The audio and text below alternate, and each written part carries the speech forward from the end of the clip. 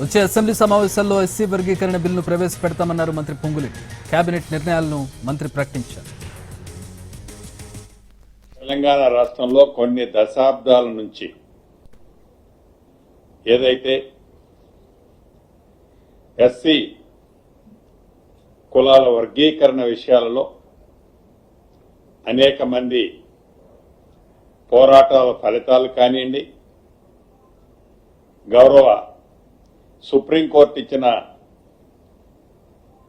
తీర్పు ప్రకారం తీర్పు ఇచ్చిన కొన్ని గంటల్లోనే అసెంబ్లీ సాక్షిగా గౌరవ ముఖ్యమంత్రి రేవంత్ రెడ్డి గారు దీన్ని మా ప్రభుత్వం, మన ఇందిరమ్మ ప్రభుత్వం తూచా తప్పకుండా అమలు చేస్తామని చెప్పిన మాట ప్రకారం జస్టిస్ అఖ్తర్ గారు, షమీం అఖ్తర్ గారిని ఏకసభ్య కమిటీగా నిర్ణయించి వారికి పూర్తి బాధ్యతలు అప్పగించి గౌరవ సహచర మంత్రివర్యులు ఉత్తమ్ కుమార్ రెడ్డి గారితో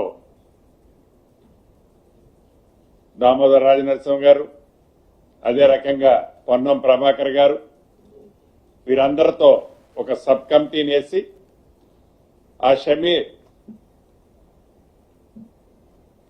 షమీర్ గారు ఏదైతే మార్చి 2వ తారీఖు నాడు పూర్తి వివరాలతో ఆ నివేదిక ఇవ్వటం జరిగింది. ఫిబ్రవరి 3వ తేదీన కమిషన్ ఇచ్చిన మొదటి విడత చేసిన సిఫార్సులు ఎలాంటి మార్పులు లేకుండా అసెంబ్లీ సాక్షిగా ఆ సిఫార్సుల్ని అసెంబ్లీలో ప్రవేశపెట్టి చిత్తశుద్ధితో ఈ ప్రభుత్వం దాని మీద చర్చించడం జరిగింది. తదుపరి వివిధ వర్గాల నుంచి సుమారు 71 విజ్ఞప్తులు 2వ విడత మరొక్కసారి పునఃపరిశీలన చేయాలి అని సూచనలు రావటం జరిగింది వివిధ వర్గాల నుంచి.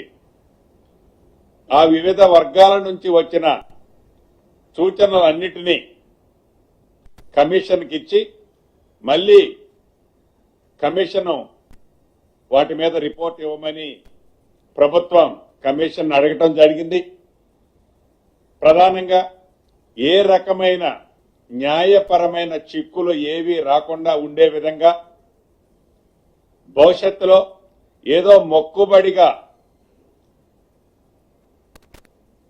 ఏదైతే ఈరోజు చట్టం చేయాలి అని నిర్ణయం తీసుకుంటున్నామో ఆ చట్టం ఏ రకమైన ఇబ్బంది భవిష్యత్తులో రావద్దు అనే విధంగా ఆ విధంగా తయారు చేయాలని సూచించటం, దాని ప్రకారం దానిని తిరిగి సబ్మిట్ చేయటం కూడా జరిగింది.